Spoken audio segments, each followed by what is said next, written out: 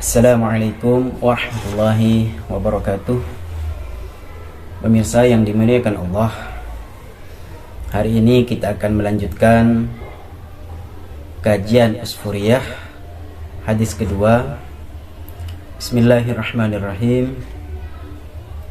Al-haditsus tsani an Ibnu Mas'ud radhiyallahu ta'ala an qala Rasulullah sallallahu alaihi wasallam. Diriwayatkan dari Ibnu Mas'ud radhiyallahu ta'ala, beliau berkata, Rasulullah sallallahu alaihi wasallam bersabda, Al-fajiru ar-raji rahmatallahi ta'ala aqrabu ilallahi ta'ala minal abidil muqnit. Al-fajir, orang yang pendosa, orang yang selalu berbuat dosa. Akan tetapi ar-raji rahmatullah, walaupun dia pendosa, dia selalu mengharap rahmatnya Allah. Dia tidak pernah berputus asa daripada rahmatnya Allah subhanahu wa ta'ala. Orang yang semacam ini aqrabu ilallah, lebih dekat kepada Allah, minal abidil muqnit, daripada orang yang ahli ibadah, kesehariannya selalu beribadah, akan tetapi al-muqnit, dia tidak mengharapkan rahmatnya Allah, atau bahkan mungkin dia putus asa daripada rahmatnya Allah. Demikianlah bahwa pertama, hadis ini mengindikasikan, memberitahu kita bahwa sebagai muslim kita tidak boleh sekali-kali berputus asa daripada rahmatnya Allah subhanahu wa ta'ala. Kemudian diceritakan bahwa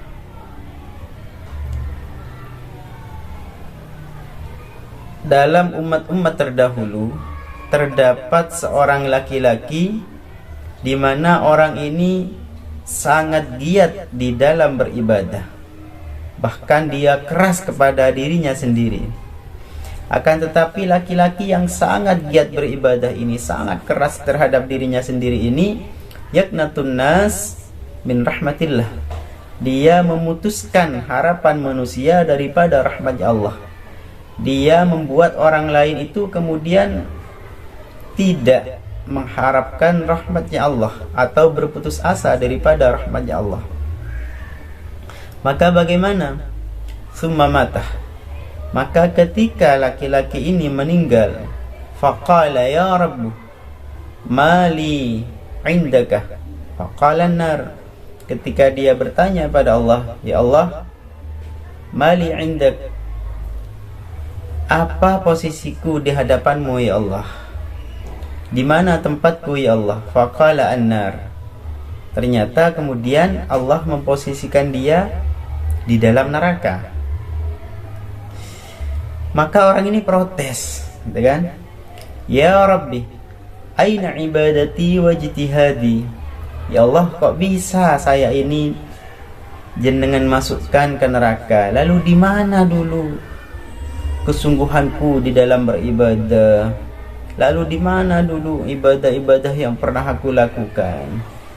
Maka faqalah, maka kemudian Allah menjawab, innaka kuntah tuqnitun nasa min rahmati fid dunya. Engkau itu dulu ketika di dunia telah membuat orang-orang berputus asa daripada rahmatku, kata Allah. Fa ana aqnatukal yawma min rahmati. Oleh karenanya hari ini, kata Allah, aku akan memutuskanmu dari rahmatku. Nah, ini bukan hal yang main-main. Ini adalah hal yang sangat luar biasa dan harus kita antisipasi. Bagaimana kita sebagai muslim jangan sampai berputus asa daripada rahmatnya Allah, dan juga jangan sampai membuat orang lain berputus asa daripada rahmatnya Allah subhanahu wa ta'ala. Kemudian juga ruwiya an Abi Hurairah radhiyallahu ta'ala anin Nabi sallallahu alaihi wasallam, diriwayatkan dari Abi Hurairah radhiyallahu ta'ala dari Nabi sallallahu alaihi wasallam, anna rajulan lam ya'mal khairan qattu illa tauhidah. bahwa ada seorang laki-laki di mana orang ini tidak pernah mengerjakan kebaikan sama sekali, illa tauhidah, kecuali dia masih percaya bahwa Allah itu satu, bahwa Tuhan itu esa, yaitu Allah Subhanahu wa taala. Maka bagaimana? Falamma hadarahul mautu qala li ahlihi, maka sehingga kemudian ketika orang ini hampir meninggal, maka dia berpesan, dia berwasiat kepada keluarganya, idza ana muttu fa ahrikuni bin nari. Jadi dia berpesan pada keluarganya, kalau saya meninggal, kata orang ini, tolong bakar saya sampai menjadi abu. Jadi orang ini minta agar dibakar sampai menjadi abu. Lalu kemudian lemparkan abu saya itu ke laut. Nah, ini pesan wasiat yang cukup aneh ini. Lempar ke laut fi yaumi rihin, pada hari di mana ada angin berhembus. Maka karena ini sudah wasiat, maka kemudian apa yang diwasiatkan itu dikerjakan oleh keluarganya. Lalu ternyata faidan huwa fi qabdatillahi ta'ala. Lalu kemudian ketika orang ini sudah menghadap Allah Subhanahu wa taala, sudah meninggal, qala Allah, maka kemudian ketika dia berada di hadapan Allah, Allah bertanya kepadanya, ma hamalaka ala ma fa'altah, apa yang membuatmu mengerjakan hal tersebut? Artinya kenapa engkau itu minta dibakar? Aneh-aneh kan? Kenapa kok masih minta dibakar? Kemudian debunya suruh lemparkan ke laut dan semacamnya. Maka ternyata jawaban orang ini adalah mukhafatukah. Dia berkata mukhafatukah, karena saking takutnya aku padamu ya Allah. Artinya orang ini minta dibakar karena dia itu takut bertemu Allah, takut akan disiksa oleh Allah, sehingga dia minta yang demikian, yang aneh itu. Nah, ini aneh ini memang. Faghafara lahu biha, maka karena alasan dia itu takut pada Allah, maka Allah pun mengampuni dosa-dosa orang tersebut. Wa huwa lam ya'mal khairan qattu illa tauhid, padahal orang ini sama sekali tidak mengerjakan kebaikan, kecuali dia itu masih percaya bahwa Allah itu esa, masih percaya bahwa tiada Tuhan selain Allah.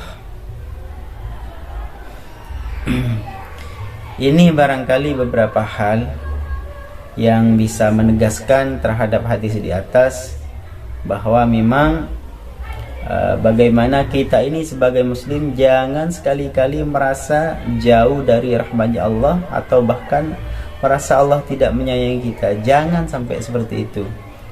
Kita bisa lihat, bayangkan kalau orang-orang yang, mohon maaf, tidak seagama dengan kita, tidak sekeyakinan dengan kita, atau bahkan orang yang sering melakukan kemaksiatan, dia masih diberi hidup yang mapan oleh Allah, masih dikasih kenyamanan oleh Allah. Lalu bagaimana mungkin kita yang setiap hari beribadah pada Allah, yang masih mengerjakan perintah-perintah Allah, kemudian Allah akan menjauhkan kita dari rahmatnya? Oleh karenanya Allah itu ana indah dhoni abdi bi, kan begitu. Allah itu sesuai prasangka hambanya. Maka kemudian ketika kita merasa jauh, maka berarti ya Allah jauh. Tapi kalau kita merasa dekat pada Allah, kita selalu merasa dilindungi oleh Allah, dipantau oleh Allah, dan selalu dicurahkan rahmatnya, maka kemudian ya itulah yang akan terjadi pada kita. Ini barangkali pesan singkat yang bisa Al-Fakir sampaikan, semoga bermanfaat. Assalamualaikum warahmatullahi wabarakatuh.